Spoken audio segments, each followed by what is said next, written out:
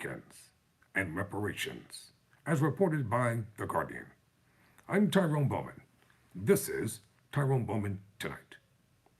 Many activists and Japanese American community groups have also been involved at a national level, testifying and writing letters in support of H.R. 40, the federal bill to establish a commission to study reparations for African Americans. But Japanese American activists stress that they take their lead from black organizers and groups working on the issue.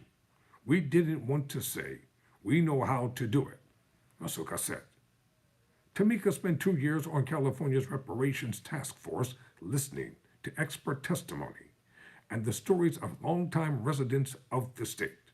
The experience, he said, helped him see the discrimination Japanese Americans faced as just a subplot in the border history of American racism and anti-blackness. So here's a picture of the task force. Enlarge it so you can see it. This is out in California here.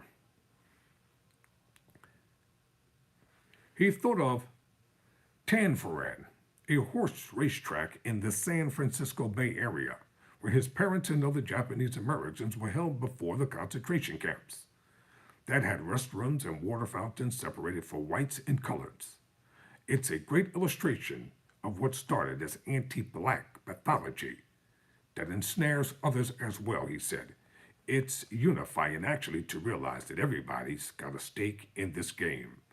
While Japanese American activists are careful to say that they don't have specific lessons for today's movement for black reparations, they say their success 35 years ago can be a source of optimism, even though success felt far from inevitable at the time. I was thinking it wouldn't happen, said Ochi.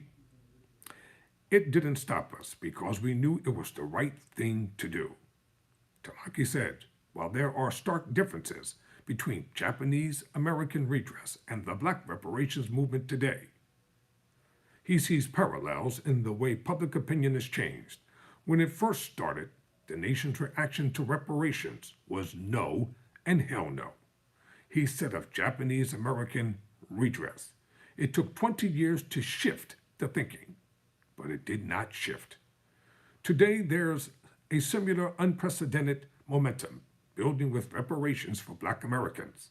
He pointed to the more than 350 organizations that have signed on to endorse reparations in California, as well as similar efforts in Illinois and New Jersey to study reparations.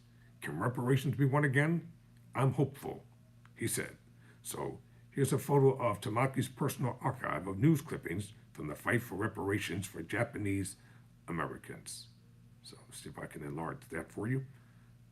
Hopefully you can see that as well.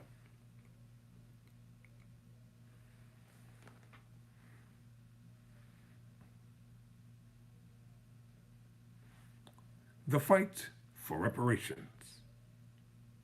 for African Americans continues. I'm Tyrone Bowman. Never surrender. Never.